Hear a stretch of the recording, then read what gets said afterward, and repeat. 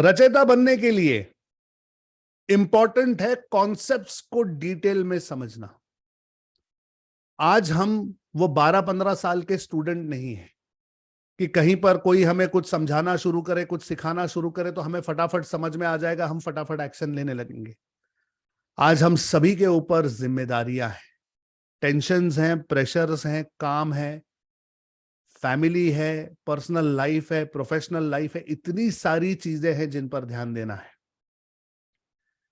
इतनी सारी चीजों पर ध्यान देते हुए अपने आप को अपग्रेड करना, अपना सॉफ्टवेयर अपग्रेड करना, अपना हार्डवेयर, अपने शरीर को तैयार करना, ये बहुत पेशेंस और बहुत एफर्ट्स का काम है। खास करके जब आप एक महिला हो। जब एक महिला अपने घर, अपने परिवार, सभी को सपोर्ट करते हुए अपने ऊपर काम करती है, तो मुझे देखकर ही उनके लिए इतना प्राउड फील होता है। मुझे लगता है कि इनकी जगह अगर हम में से कोई और मेल मर्द होता तो वो शायद कर नहीं पाता। हमारे में उतनी ताकत ही नहीं होती कि ये सब कुछ संभालते हुए भी हम अपने लिए समय निकालें, अपने लिए एफर्ट्स डालें, अपने लिए ताकत को खर्च करें। और ये जो अपग्रेड होता है खास करके एक महिला के लिए, ये सिर्फ एक घर या एक परिवार को नहीं, ये सोसाइटी को बदलता है। जब एक महिला अपने आप को अपग्रेड करती है तो उसके अंदर ताकत होती है हजारों और लाखों की जिंदगी चेंज करने की। और ऐसी ही हमारी एक स्टूडेंट है जिनसे आपको आपको आज मिलाना चाहता हूं। इतनी सिंपल कि डिजिटल मार्केटिंग थोड़ा उन्हें मुश्किल लगता है। मुझे कहते हैं कि सर ये ऑटोमेशन ना थोड़ा मुझे समझ में नहीं आता, ये ना थोड़ा सा सर के ऊपर से जाता है, ये ना ये कैसे करेंगे। और मैं कहता रहता हूं कि आप कीजिए, आप कीजिए कीजिए। बेस्ट पार्ट है कि वो करती रहती है, भले थोड़ी थोड़ी सी मेहनत रोज क्यों ना हो, लेकिन एफर्ट्स लेती रहती हैं, इंप्लीमेंट करती रहती हैं। और देखते ही देखते वो भी आज डिजिटल रचयिता बन चुकी हैं। उन्होंने खुद अपना इकोसिस्टम क्रिएट करके दिखाया है। और सिर्फ मेहनत से भी आप बहुत रिजल्ट्स ला सकते हो, इसका जीता जागता एग्जाम्पल है हमारी डिजिटल आजादी की अगली रचयिता, जिनका नाम है उषा लदार जी। प्लीज स्वागत कीजिए उषा जी का। चैट में लिखिए more power to you Usha जी। स्वागत है आपका उषा जी इस इंटरव्यू में।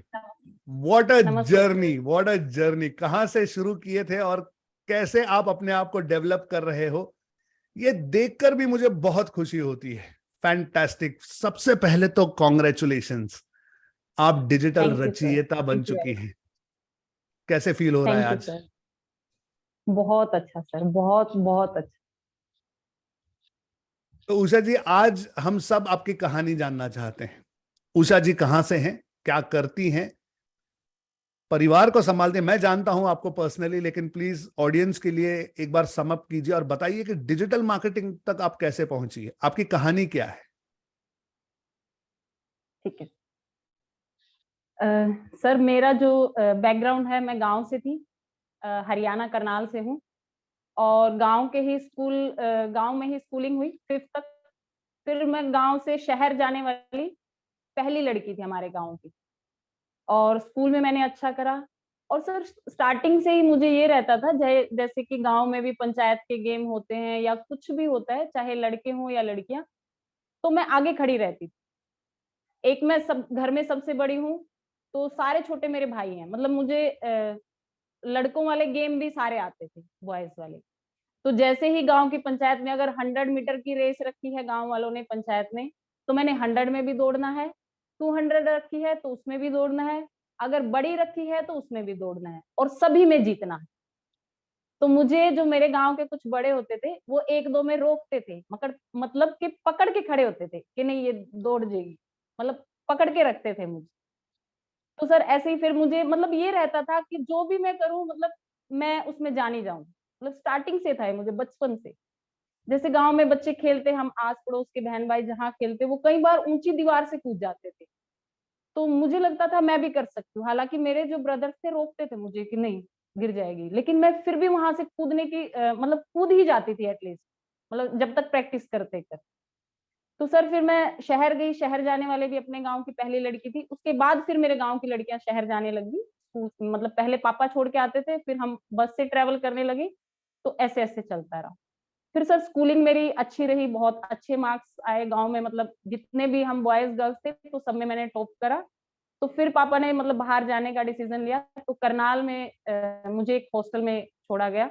तो तब भी गाँव वालों ने, जो चाचा-ताऊ हैं, थोड़ा-सा ऐतराज़ जताया कि भई लड़की को बाहर भेजना ठीक नहीं है, ऐसे। तो पापा ने कहा नहीं, कर आना, मतलब जाना है। तो वो हॉस्टल में मैं रही। हॉस्टल में भी सर मैं जो भी काम होता था, मतलब ऑलमोस्ट, मतलब मेरा उनमें पार्टिसिपेशन होता था, हर चीज़, हर काम। चाहे गेट टुगेदर है, उसमें किसी भी तरह का भी मैंने पार्टिसिपेट करना था। और कॉलेज में भी सर बहुत अच्छा गया, मार्क्स भी अच्छे आते थे, मतलब फर्स्ट डिवीज़न रही है हमेशा बचपन से। और सर उसके बाद फिर एक एनसीसी आया हमारे स्कूल में कि भई कॉलेज में एनसीसी होता था, मैंने वो जॉइन करा। तो उसमें मैंने पूछा कि भई एनसीसी में हम क्या कर सकते हैं इस दौरान? तो उन्होंने कहा कि एक सबसे अच्छा होता है कि 26 जनवरी के दिन हम राजपथ पे परेड करते हैं, उसमें इन बच्चों की सिलेक्शन होती है। और सर मेरा आर्मी में इंटरेस्ट तब तक बन चुका था कि मुझे नहीं, मुझे मिलिट्री में जाना है या देश की सेवा करनी है, इस तरह का। तो पहले सोचा कि नहीं, पहले एक छोटा लक्ष्य है, इसको पूरा करते हैं कि मैं राजपथ पे जाती हूँ। तो मैंने सर ट्रेनिंग ली, मतलब एनसीसी के कैंप्स कॉलेज में ही लगते थे। फिर धीरे-धीरे उन्होंने कहा कि हम कोच से बात करते, वो कहते नहीं कोई भी जा सकता है, वो बहुत अच्छे से बताते थे। तो फिर मैंने सर इसको थोड़ा-सा सीरियस लिया और करनाल में मैं सिलेक्ट हुई, मतलब 2 लड़कियाँ थी हमारे ही कॉलेज की। हम दोनों ने डिसाइड करा, वो कॉमर्स से थी, मैं आर्ट्स से थी। तो हमने कहा कि हमने वहाँ पर चल के आना है, उसने भी कहा कि ठीक। तो सर हम करनाल के कॉलेज से 2 लड़कियाँ थी, पूरे कॉलेजेस से। फिर सर कुरुक्षेत्र यूनिवर्सिटी में सिलेक्शन हुई, जितने भी कॉलेजेस हैं, उनमें भी हम ही 2 ही गई, मतलब 2 सोनीपत की लड़कियाँ थी उधर से। तो हम 4-5 हरियाणा की हो गई। सर फिर चंडीगढ़ में पूरे हरियाणा, पंजाब, हिमाचल, कश्मीर का सिलेक्शन हुआ। उसमें भी मैं आगे रही और मेरे साथ वो मेरी फ्रेंड भी रही। हम दोनों मतलब साथ रहे। सर जब दिल्ली हम 1 महीना रहे, 2 जैन को आ गए थे और 30 जैन तक रहते हैं। तो वहाँ पर जब रहे तो सर वहाँ पर ऐसा हुआ कि मैं आर्मी कैंडिडेट थी और सॉरी, मैं एयर विंग कैंडिडेट थी और मेरी वाली लड़कियाँ और भी हाइट में लंबी होती हैं, तो वो मेरे से ज़्यादा थी। तो सर सबकी सिलेक्शन हो गई, लास्ट में हम 3 कैंडिडेट बचे और 3 में से सर 2 लेने थे। तो बहुत हार्ड था, लेकिन मैंने इतना फेथ रखा अपने ऊपर, मतलब कि मैंने ये नहीं सोचा कि नहीं, मैं ये सोचती रही कि मैं राजपथ पे चली हूँ। जैसे ही वो ड्रिल कराते, बहुत एक लंबी स्टेज होती थी, उसपे से वहां तक का मार्च पास वो करवाते थे। तो सर मैं जब मैं चलती तो मैं ऐसे सोचती थी कि मैं उस पे चल रही हूँ, मतलब राजपथ पे मैं चल रही हूँ। और सर गन हाथ में होती थी, वो बहुत हैवी होती थी, लेकिन वो प्रैक्टिस हो चुकी थी हमारी अम्बाला कैंट में, उंगली में टांगे टांगे, तो उस चीज के लिए नहीं था। लेकिन वो हमारी कम से कम सबके 2 या 3 राउंड हुए, हमारे कम से कम 15 से 20 राउंड हुए सर, तीनों लड़कियों के। और सर एट लास्ट में मतलब मुझे सिलेक्ट किया गया। मुझे ये कह के सिलेक्ट किया गया कि आपको आर्मी की ड्रेस दी जाएगी और आगे वाली 3rd रो में खड़ा किया जाएगा, मतलब आपकी ड्रिल बहुत अच्छी है, मतलब सब कुछ। और सर एयर विंग की एक लड़की को हटाया गया मेरी जगह। तो मुझे मतलब जीतने की ललक बचपन से है, लेकिन सर मैं टेक्निकल नहीं हूँ। और संपन्न परिवार से रही हूँ पीछे भी, और जैसे शादी हुई तो आगे भी संपन्नता है। और इसी तरह से फिर मुझे कॉलेज ये लगा कि मैं आर्मी ज्वाइन करूं, लेकिन मुझे कोई गाइडलाइन नहीं मिली ना फैमिली की तरफ से। और एक जाट कम्युनिटी में थोड़ा सा मना करते हैं लेडीज को, पुलिस और आर्मी की तरफ थोड़ा रुझान कम होता है। बस वो शादी की तरफ थोड़ा उन्होंने रुझान करा, तो ऑटोमेटिक, मतलब मैं एक ऐसी अच्छी बच्ची भी हूँ, मैं कहना चाहूंगी कि मैं बात मानती हूँ, मतलब पेरेंट्स की मैंने कभी किसी को भी डिसएग्री नहीं करा या अपने सपनों के लिए मैंने फाइट नहीं करी। लेकिन वो भी मेरी बात मानते थे थोड़ा बहुत, जितना मैं करती थी। फिर सर आगे भी संपन्नता है परिवार में, तो यहाँ पर सर फिर मुझे लगा कि नहीं, मुझे एक बहुत अच्छी बहू बनना है, मतलब हर चीज में। हालांकि मैं वेल एजुकेटेड थी, एमए करने के बाद मेरी शादी हुई थी, रोहतक से हूँ मैं, एमए इकोनॉमिक्स के बाद मेरी शादी हुई। सर मैंने एमफिल किया, शादी के बाद बीएड किया, एमएड किया। मतलब मैं टीचिंग के टच में रही, मतलब पढ़ती रही। मुझे ये था कि मुझे अपने आप को अपग्रेड रखना, मतलब वेल रखना है, मैंने अपने घर को भी वेल रखना है, खुद को भी वेल रखना है। कहीं बाहर जाऊं तो ये ना लगे कि भाई जॉब नहीं करती और इसका लिविंग जो है वो डाउन जा चुका है, या मतलब मुझे अपडेट रहना बहुत अच्छा लगता है। तो सर ये सारा चलता रहा और हमारी जॉइंट फैमिली है सर, 2 चाची और मम्मी, मतलब 3 सास, 1 हमारी दादी जी पर, मतलब 4 लेडीज मेरे ऊपर थे। तो थोड़ा-सा टफ रहा स्टार्टिंग में, लेकिन मैंने उनको मैनेज कर लिया। उनके साथ बहुत अच्छी बॉन्डिंग होगी, चारों मतलब चारों पाँचों हम लेडीज जो थी, अच्छे से रहते थे। फिर सर बहुत लंबे टाइम जैसे बच्चा भी हो गया, स्कूल जाने लग गया, तो मुझे अपने आप को अकेला लगने लग गया और ये फील होने लग गया कि शायद मैंने मतलब मेरा सपना कहीं दबा है। मुझे रियलाइज़ होने लगा सर। और सर उस टाइम मैं थोड़ी-सी परेशान रहने लगी, लेकिन किसी को कहती नहीं थी। घर में कई बार कहती कि मुझे जॉब करनी है या हस्बैंड को, तो वो कहते हैं कि यहाँ आस-पास के स्कूल देख लो, जो कि मुझे स्कूलिंग कभी से पसंद नहीं थी। मतलब मैं ऐसे नहीं कि कॉपी चेक करूँ, होमवर्क दूँ, इस तरह का काम मुझे कभी ऐसे नहीं लगता था। मुझे होता था कि मैं बस स्टेज पे खड़ी होके मैं बताऊँ, मैं बोलूँ और उसको सीख के वो करे।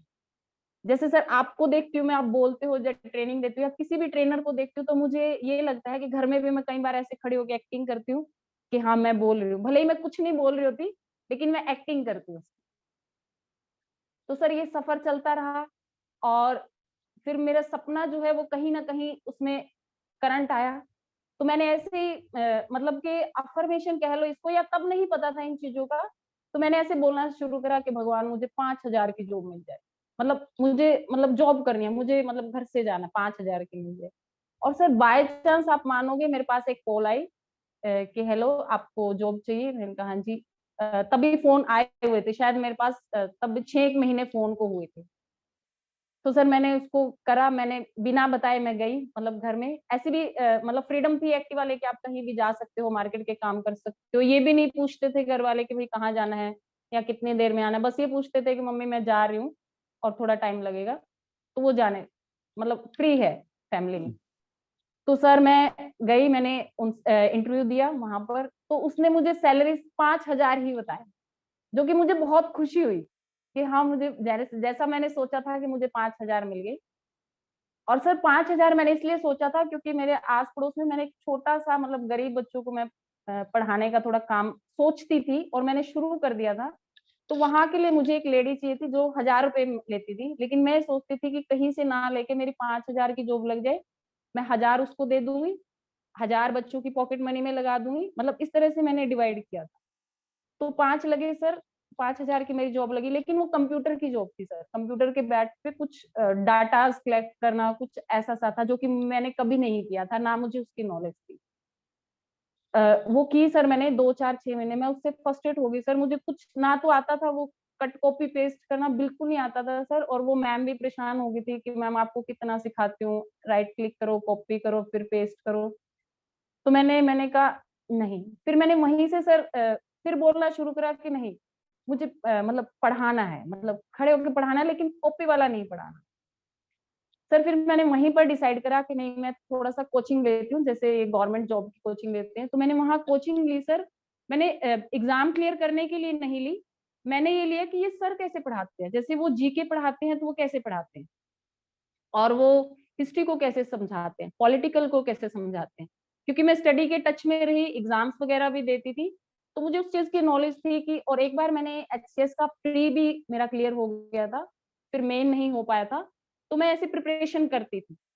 तो सर तभी मुझे हुआ कि एक इंस्टीट्यूट से कॉल आई कि ऐसे-ऐसे हमारे यहाँ ऑफर चल रहा है 3,000 में, आप 3 महीने कोचिंग ले, ये करे, वो करे। तो मैंने सोचा अरे वाह!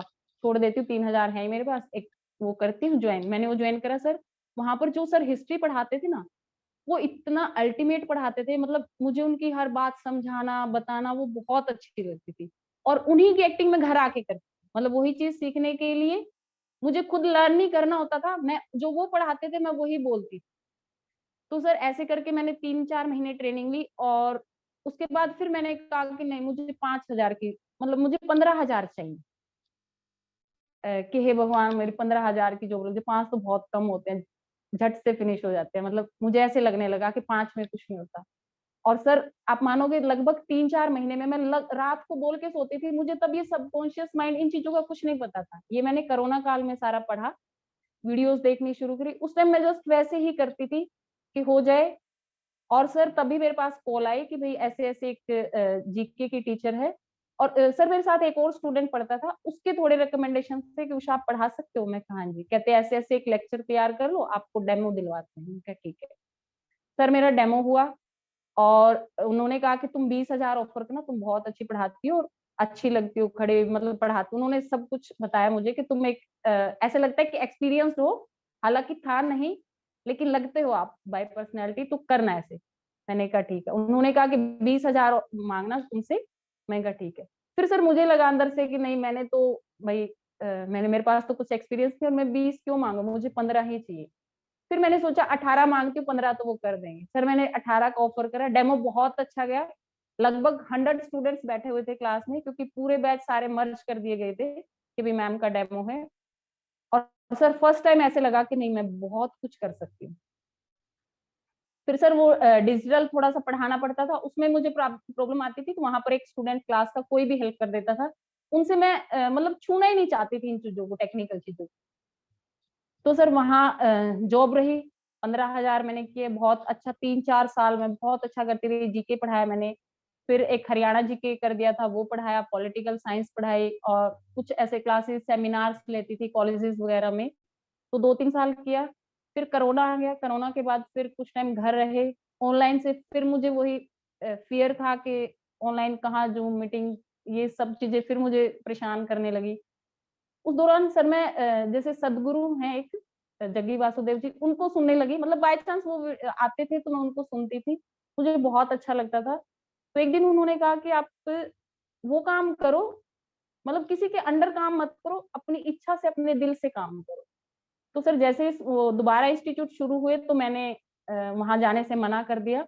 हालाँकि उन सबको ये लगा कि मैम अपना खोलेंगे और जो कि मेरे माइंड में नहीं था कि मैं अपना खोलूँ। और side by side sir morning में मैं योगा सिखाती थी, हमारे पास में मंदिर है, तो वहाँ से मदर इन लॉ ने वगैरह सीखी थी कहीं से, तो उनको सिखाने के लिए 4-5 लेडीज़ जो घर की ही थी, उनको सिखाने के लिए हम सुबह जाते थे 1 डेढ़ घंटा, तो वहाँ पर हम प्रैक्टिस करते थे। तो मुझे लगा कि नहीं, मैं इसको जो मेरा मतलब अंदर से मेरा पैशन है या जिसको मैं बहुत अच्छे से बता सकती हूँ, कर सकती हूँ, मैं उसी को करती हूँ। सर फिर मैंने कोरोना काल में ही डिसीज़न लिया कि नहीं मैं कोई जॉब नहीं करूँगी और अपना काम शुरू करूँगी। तो सर मैंने घर में अपनी गैराज का थोड़ा-सा पार्ट लिया, थोड़ा घरवालों को रिक्वेस्ट करी, हालाँकि सबने मना करा, क्या ज़रूरत है 2, 4, 5,000 के लिए, कहाँ से 500-500 रुपए ले, ये ऐसे मतलब फैमिली में अच्छा नहीं लगता। मतलब सब फैमिली अच्छी है भई लोग क्या कहेंगे लोग, मतलब ये सब कुछ बहुत सुनने को मिला और स्टार्टिंग में एग्री भी नहीं हुई, थोड़ा-सा मैंने मनाया। फिर कहा कहाँ करेगी, घर में अच्छा नहीं लगता, साउंड आएगी, क्या कहेंगी इतनी औरतें, मतलब जो ये सब कुछ हम सब सोसाइटी में सुनते हैं, वो सब सुना। लेकिन फिर मैंने एक बार स्ट्रॉन्ग डिसीज़न लिया कि नहीं, मतलब मुझे करना ही है। तो उन्होंने कहा कि ठीक है, मैं कहा फिर मैं बाहर लेके करूँगी, मुझे बाहर रेंट पे जगह दिलवाओ और अभी तो हमारी है जगह गैराज में, हमारी आधी गैराज खाली रहती है।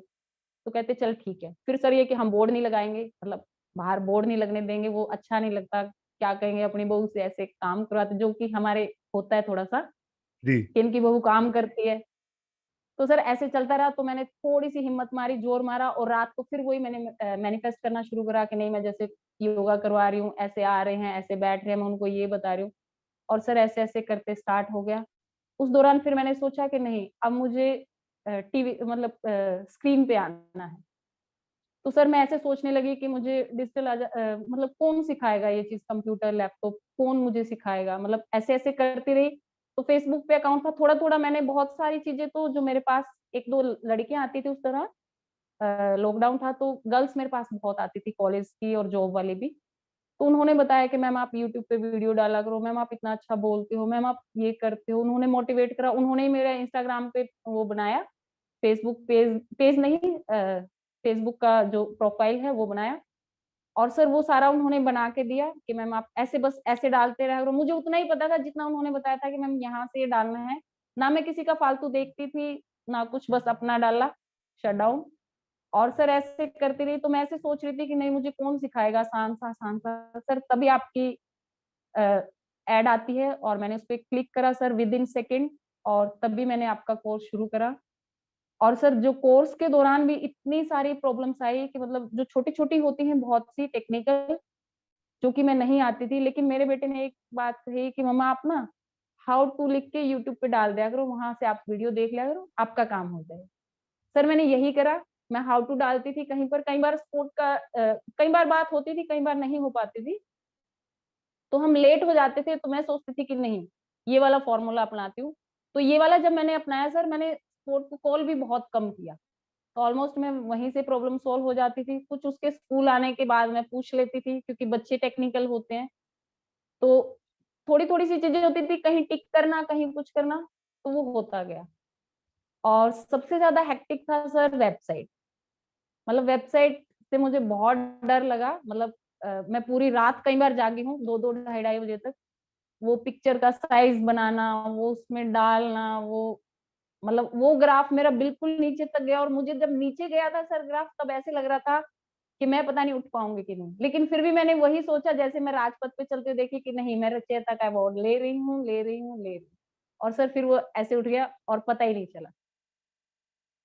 फैंटास्टिक। आपकी मैनिफेस्टेशन की पावर को मानना पड़ेगा। जो आप सोचती हैं फिर उसके पीछे पड़ जाती हैं और वो आप करके रहती हैं। ये क्वालिटी बहुत लोगों में नहीं होती उषा जी, जो आप में है। सो कॉन्ग्रेचुलेशंस ऑन दिस। आपकी स्ट्रॉन्ग डिटर्मिनेशन और स्ट्रॉन्ग एक्शन टेकिंग कैपेसिटी जो है वो अमेजिंग है। और घर परिवार बच्चों को संभालते हुए जब कोई ये करता है तो आप सभी को हैट्स ऑफ। आपकी जगह हम लोग नहीं कर पाते ये। जाते जाते प्लीज, अभी बहुत सारे स्टूडेंट्स रचयिता बनना चाहते हैं, कुछ 2-3 टिप्स उन्हें दीजिए कि वो जल्दी से आप ही की तरह रचयिता बन जाएं और यहां पर इंटरव्यू देने आए। किन चीजों पर ध्यान देना चाहिए इन लोगों ने, उषा जी? सबसे पहले तो मैं कहूंगी सर, कंसिस्टेंटली आपको काम करना, जैसे हर रोज का हर रोज काम करना। सर जैसे आपने क्लैरिटी शीट हमें दी थी, मैंने दोपहर के दोपहर, तब हमारे जब मैंने ज्वाइन करा था जुलाई में, कंस्ट्रक्शन का काम उसी दिन शुरू हुआ था और दिसंबर तक चला है सर। मैंने शोर होता था, बहुत बहुत सारी चीजें ऐसी होती थी, मैं लैपटॉप लिए कभी इधर जाती थी कभी उधर, मतलब पूरे घर में ऐसे घूमती थी। लेकिन सर मैंने जो भी आप काम देते थे, वीकेंड का मैं वीकेंड पे ही खत्म करने की कोशिश करती थी। और सर कभी ये नहीं सोचा कि भाई आज नहीं कल करूंगी। सबसे पहली बात होती है कि कंसिस्टेंटली आपको काम करना है, नहीं होता है तो यूट्यूब एक बहुत अच्छी चीज है, उस पर हाउ टू डाल के आप सर्च करिए, आपको उनमें से 10 वीडियो में से सर एक हमारे काम की होती है। कई चीजें हमारे काम की नहीं होती, लेकिन उनमें से एक हमारे काम आ जाती है। और एक मैं सर कहूंगी कि आप धैर्य बना के रखें, क्योंकि कई बार हम ऐसे हो जाते हैं कि नहीं अब मेरे से नहीं हो। क्योंकि मेरा ये मानना है कि जब हम ग्रेजुएशन के बाद फॉर्म अप्लाई करते हैं, एटलीस्ट तब हम 15 से 20 साल के बीच के होते हैं, तो वो 15 साल हमने लगाए होते हैं, तब हम सिर्फ फॉर्म अप्लाई करते हैं, जॉब मिलेगी ना मिलेगी उसके बाद की गारंटी, वो बाद की बात है। लेकिन तब तक सर, अब ये देखो वहां तक इतना लंबा पीरियड हमने लगाया है, तो ये तो एक बहुत छोटा सा टाइम है, 3 महीने। लेकिन 3 महीने इतनी जल्दी चले जाते हैं। आज एक हैकाथॉन हुई, फिर जब तक आपने नहीं किया अगली हो जाएगी, नहीं किया तो अगली हो जाएगी, और ऐसे ऐसे करके आप रह जाओगे। लेकिन अगर आप करते जाओगे साथ के साथ, अरे इसमें भी हो गया, इतना अच्छा लगेगा कि अब सर क्या सिखाने वाले हैं वो भी मैं फटाफट करूं, और नेक्स्ट क्या सिखाएंगे वो भी मैं फटाफट करूं, तो हो जाता है सर। बिल्कुल डिफिकल्ट नहीं है, लेकिन उसके साथ धैर्य और कंसिस्टेंटी आपको रखना पड़ेगा। दो बड़ी अमेजिंग सी टिप्स दी हैं उषा जी ने। कंसिस्टेंटली एक्शन लेते रहिए और संयम बनाकर रखिए, धैर्य रखिए। आज नहीं तो कल आप थोड़ा थोड़ा सा प्रोग्रेस करते हुए ही क्यों ना आगे बढ़े, लेकिन ये बड़ा सा मुकाम, ये पूरा चेंज, ये इकोसिस्टम बनाना आप 100% सीख सकते हो। मेरे पास शब्द नहीं है उषा जी कहने के लिए कि आज यहां पर आपकी कहानी सुनकर हर कोई, मेल फीमेल बच्चे जितने लोग आपको सुन रहे हैं, हर कोई इंस्पायर हो रहा है। और हर किसी को आप ये प्रूव कर रही हैं कि अगर आप डिटरमाइंड हो, अगर आपके दिमाग में ये पिक्चर आने लग जाए कि हाँ मैं ये कर रही हूं, और आप वो विजुअलाइज करने लग जाओ, उसे मैनिफेस्ट कर लो, तो ऐसी कोई चीज नहीं है इस दुनिया में जो आप कर नहीं सकती। और अपने टेक्निकल डर, जो टेक्निकल चीजों से आपको डर रहा है, उस डर के ऊपर आपने जीत हासिल की है, अपनी खुद की वेबसाइट बनाई है, अपना पूरा सोशल मीडिया, सारे कंटेंट, सारा इकोसिस्टम क्रिएट करके आज आप रचयिता बन चुकी हैं। उषा जी, ये मेरा सौभाग्य है कि आप डिजिटल आजादी का हिस्सा हैं और यहाँ हम आपकी कुछ हेल्प कर पाए, आपको डिजिटल मार्केटिंग से हम थोड़ा सा अवगत करा पाए। लेकिन ये आपका जो एक्शन लेने का जज्बा है, इसे सल्यूट है मेरी तरफ से। कॉन्ग्रेचुलेशंस अगेन आपको, आपके परिवार को, आपके बच्चों को, जिन्होंने आपको इतना संभाला है, इतनी खुली आजादी दी है और आपको सपोर्ट कर रहे हैं, उनको भी शत शत नमन है मेरा। Thank you so much Usha जी, आपके समय के थैंक लिए यू और वेरी आपके मच थॉट्स सर। के लिए।